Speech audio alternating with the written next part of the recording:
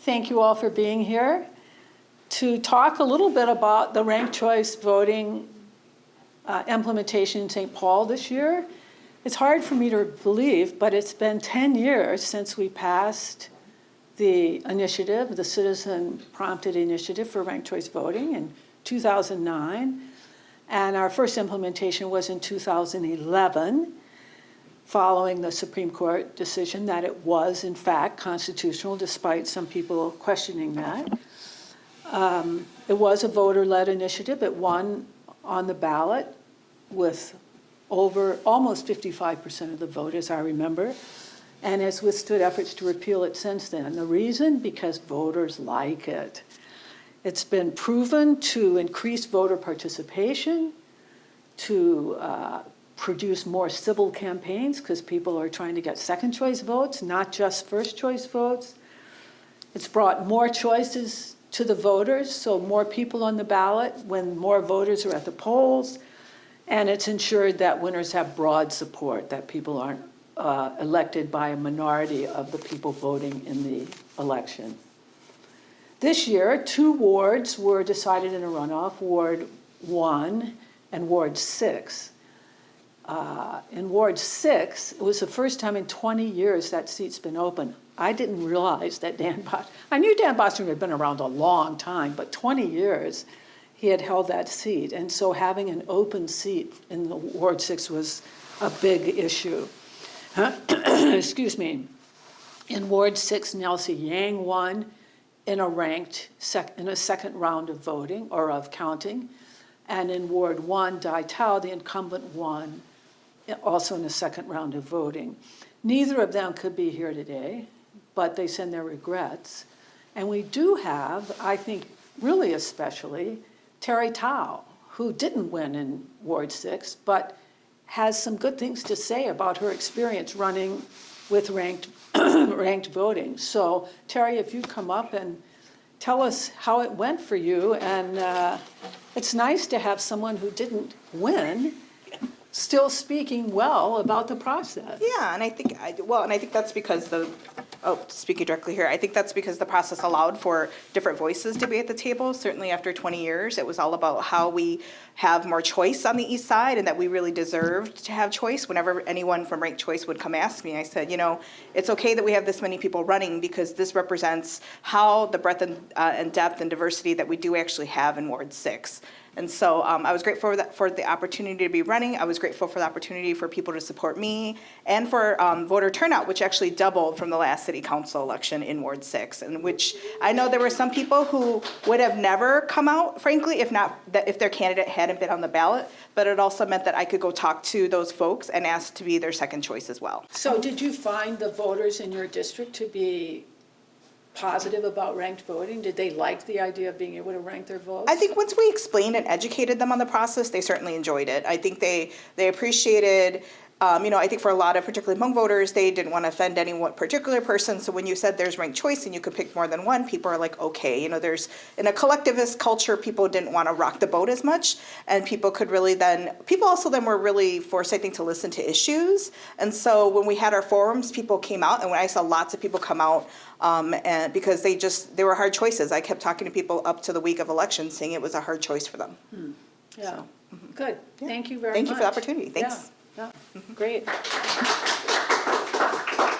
And it was an amazingly diverse number of candidates, both ethnically diverse and gender diverse. I don't know about age diverse. I don't remember that. Age diverse as well. I see some nods. So it was it was really a terrific election and a terrific experience to test ranked voting in a very, very interesting and diverse ward, probably the most diverse ward in St. Paul. Great. Amy Brenmoen, the very first meeting I went to for Fair Vote in 2006, I think, late 6 or early 2007, was at Amy Brenmoen's home. I don't know if you remember that, but I remember it. And Amy was an early champion of ranked voting and has been a consistent champion of ranked voting and a voice for important democratic reform. Amy, please come and tell us why you're still hanging in there with this.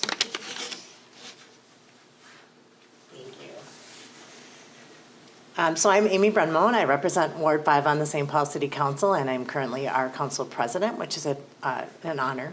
It is cool to be here today with Jean Massey and Ellen Brown because I do remember the meeting. I really cut my teeth in St. Paul politics doing ranked choice voting work because I believed at the time, and I still believe, that ranked choice voting smartens up elections and it reduces the amount of mudslinging and creates opportunities for people to contrast why they are like candidates and why they're not like candidates, but to not necessarily be negative towards their opposition. I also love the opportunity to have more candidates on the ballot when most people are voting. And this year in particular showed not only were the most people voting in November, but there were more people interested and engaged. And on November, and then counts for November elections were double in most wards and even more than that, I think, in some of the western wards. So it's pretty special to see that happening. I did also want to say that one thing I love seeing in the Ward 6 race was people who were endorsing more than one candidate because they recognized that there was leadership and strength in the candidates who took place in that election. And so they would say that they were supporting one candidate and another candidate and encouraging people to vote for both of them, I think, which is a great way to demonstrate support for more candidates. And so I really felt that ranked choice voting was working well in Ward 6. And I will say in my own race, we had 4 candidates who stayed in the race until the final ballot, and it did create opportunities for people to make other selections as their first choice. It didn't end up going to a runoff, but there certainly was interest and support in the other candidates, and I think as an incumbent, it forced me to step it up in forums and on the doors because I had to really define who I was and what I brought to the table in a way that was positive and contrasting to my opponent. So I'm still fully on board. I think it played out beautifully this year in St. Paul, and I look forward to it in the years to come. Great, thanks, Amy. So Mitra Nelson is here. Mitra, I hope that you want to say a couple of words, even though Ward 4 did not go to a second ballot, a second round. Mitra has, you had what, 3 or 4 opponents on the ballot this year? 3 of us total running this year. Okay, yeah. So she knew what it was like to run in a ranked election. And Mitra, thoughts? Yeah, thank you. Well, thanks. Hi, I'm Mitra. I represent Ward 4 now on the St. Paul City Council, and I've been thinking about how running twice in 2 years has given me a unique perspective on our city elections. And what's really been staying with me is when I ran in 2018, I was running in a special election. It coincided the same day as a very, very contested gubernatorial primary election. It was the same election as the congressional midterms, the first midterms since the election of Donald Trump that saw record turnout. And so my first ever election in my life was on a day for Minnesota primary that experienced historic levels of voter turnout. And then when I ran this year, I knew that I was running in a race where it was only our local election, which is tremendously important, but it didn't have the same effect as an up-ballot race that was very, very high profile, driving folks to the polls. But more people voted in my race this year than they did the first time that I ran. We edged out turnout even off of that huge election that I ran in the first time. And I think that's really, really significant. And I've been sharing that where I can because I just think it's extremely notable. And I think that RCV invites people to those conversations in a way they might not otherwise feel. We did see, I think, a very record or historically significant number of candidates, just candidates period, citywide. Certainly, as people have talked about, an incredibly diverse group of folks, which it really expands the conversation in a necessary way to figure out how we're going to make our city work well, no matter your background. And I also would echo what people have shared about RCV invites you to see the strengths in multiple candidates and feel excited about more than one person. And I think political decision making is stronger when you can look at a choice and say, I think this choice could be good, and that doesn't mean all the other choices are terrible. It means that I like this choice, but then I also like this one, and I could also see the benefit of this one. I think it just helps us think better as a city. So those are some things that I've been excited to be a part of. I want to thank the RCV Coalition for always bringing attention to this all throughout the campaign cycle, and then afterward to kind of share our successes. So thank you so much, and super proud to have been part of this great moment for our city. Yep. Mitra, I have a question. Mitra? Yeah. I have a question for you. You ran the first time, as you said, 2 years ago. did the existence of ranked voting in St. Paul, the fact that we use it in St. Paul, influence your decision to run the first time? I think that, strangely enough, I think RCV has become so established now that like it's a new normal, right? And so, in a way, we now are in a time where it's a new normal to expect that if you're running for local office, this is the system that you get to work with. I think that that does contribute to people stepping forward no matter what. And I think that the engagement level we saw this year really underscored that. So definitely it's been unique running twice in 2 years, but also it's given me a lot I can share. So yeah. Thanks. Good, thank you.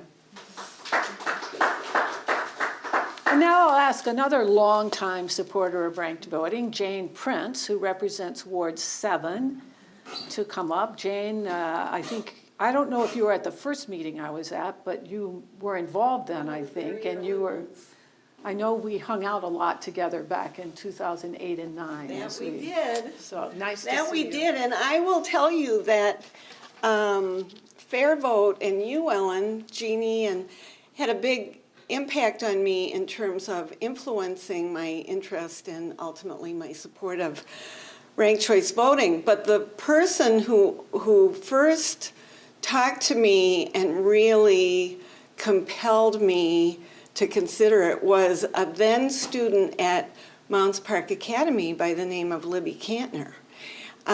Libby is now a law student. She was a council aide here for many years. And I think Libby presented it to me as a high school student and made it clear to me that anything that a high school student could get that excited about in terms of making elections work in a much more positive and constructive way was something that I should pay attention to.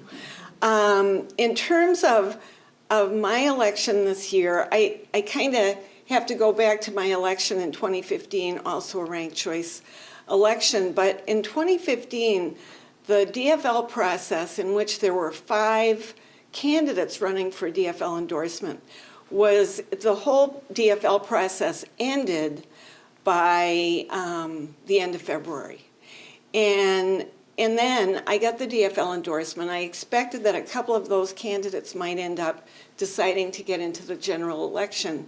They did not do that, and so I ran unopposed for my first election in 2015, which, while at the time it was, wow, my life is really simple. I mean, I continued to door knock and everything because I was well aware that that I had to campaign because otherwise people would not even know that they had a new city council person. But I will say that I was well aware that this is not the way anybody should get into office, especially for a first election. And so when I ran this time, the DFL process was extended this time. The endorsement, I won the endorsement in May, and I went forward, but there were 3 candidates who got into the race in the coming months, so that by the end of filings, I had 3 opponents. And I think the single best thing about that was that Ward 7, which is part of a big part of the East Side, has notoriously low turnout in every election, but especially in odd-year elections. The turnout was tripled over 2015, and that's what we all want to see, and it's critically important going into a presidential election year next year. So I can't say enough good about ranked choice voting and what it meant to my community to be able to have choices in the election, to have people decide to come forward later in the year and much closer to the election day was also meaningful. And as Amy said, the ability to have real forums, where several candidates were at the mics and talking to the voters was really meaningful, and a couple of those were televised. So it was a great process. Great, thank you, Jane. So the 3 participants, the 3 elected, well, 3 elected and 1 second choice in Ward 6, all of the candidates really speak positively about voter participation, the turnout tripling. I didn't realize that in the 7th Ward, Jane, that's great. The broader discussion of campaigns, of issues. Terry talked about the opportunity it gave to have a very diverse slate running in a very diverse ward. There are just so many benefits. There are just so many benefits to ranked voting. It's really great. And it's because of all these benefits that we're seeing ranked voting being accepted in more and more jurisdictions. And Jean, if you'll come forward and talk to us about some of the other cities, Minneapolis, St. Louis Park, Minneapolis, of course, first, but St. Louis Park, others. New York City just in November has voted to use ranked voting, and the entire state of Maine. Jean? Well, you just said it, Ellen. We're good. Well, first, I just want to thank Ellen Brown for coming back after so many years, winning ranked choice voting in St. Paul, and having the opportunity to experience the big success and to speak about that and inviting the candidates in. Your service in bringing ranked choice voting to St. Paul has been tremendous. And along with Amy Brenmone and Jane Prince, whose leadership was absolutely crucial to the introduction of ranked choice voting in St. Paul, we're really greatly appreciative. I also want to give a shout out to Dave Triplett, Ramsey County Elections Manager, and his team. While he couldn't be here today, he did give us a statement during the long wait of the count. And he gave glowing remarks about how well and how smooth the process went and just how established it is here in St. Paul. So his team deserves a lot of credit for the outreach and education they've done and really the smooth counting process. Ranked choice voting has now been used about 5 times in St. Paul, and each and every time it gets easier and faster and smoother and better. And the kind of turnout of candidates, I really appreciated the comment about this being the new normal. It raises the expectation that people know they can run, have a voice at the table, and really run to campaign to all of the voters. So it's hugely successful. Just a couple of years ago, ranked choice voting was facing repeal in St. Paul, and those days are done. I think the establishment of ranked choice voting speaks for itself. So congratulations to St. Paul. The good news is St. Paul was not the only city to use ranked choice voting on Election Day this year. St. Louis Park rolled it out in Minnesota, and it was used in 7 other cities across the state or around the country, including 2 cities in Utah. So when we think that there aren't smaller, more rural communities using ranked choice voting, Utah is showcasing that it can work in those communities well. We also saw it implemented in East Point, Michigan. East Point, Michigan adopted ranked choice voting as a result of a voting rights lawsuit, and it worked exceptionally well in that community as well. So it's now used in a growing number of cities. It's hard to even keep track anymore across the country, and now in states are beginning to use it. Maine became the first state, and Maine not only uses it for their legislative and state races, they now adopted it for use in presidential elections and will use it in the general election 2020 for president. I just learned today that Massachusetts ballot collectors or signature collectors collected more than sufficient to put ranked choice voting on the ballot in Massachusetts next year. Hopefully they'll be joined by Alaska. That puts Minnesota at a minimum in place 4 when we decide to go statewide here in Minnesota. With so many communities bubbling up, and we've got 4 potential ballot measures next year from Bloomington and Minnetonka to Red Wing and Rochester, we're hoping to really accelerate that momentum and have the opportunity to consider ranked choice voting statewide here within a couple of years. And the kind of success that St. Paul has created has just provided that avenue and that pathway for that acceleration. So again, kudos to St. Paul. It has been a leader, not just in Minnesota, but nationally, and now cities like New York City stand on the broad shoulders of St. Paul in making ranked choice voting happen. Good. So Jean, come back for just a second. So I think we could all agree that if we had had ranked choice voting in the Republican presidential election, or the Republican primaries rather, in 2016, we would probably have a different president than we do now. And similarly, we have this raft of Democratic presidential contenders, and difficult to make sense of them. And the most percent anybody's getting in polls is 34 or 32 or something like that. tell us a little bit about the use of ranked voting in some states in the presidential primary. Right, great question, forgot to provide an update on that front. So after 2016, the Democratic Party nationally asked all states to either, if they're going to stay with a caucus, to make it available for remote voters, or go to a primary. Most states went to primaries. But now with so many candidates on the ballot, many states ask the question, well, how are we really going to accomplish achieving a candidate with broad support without ranked choice voting? So those states that legislatively could get a quick law passed to make that primary a ranked election, they did that. So 5 states are going to use it for the presidential primary. It was going to be 6, including the caucus in Iowa, but that no longer is going to be the case. But 5 other cities will use it in the presidential primary. And then Maine will use it in the general election for primary. Hopefully Minnesota will be using a ranked ballot for presidential elections by 2024. It's really nonsense that we wouldn't be using a ranked ballot for either party. In 2016, we saw a broad number of candidates on the Republican side. We needed ranked choice voting for that election. We need it for the Democratic election this year, and it just makes most sense for presidential primaries. And general elections, of course. Yeah, thanks.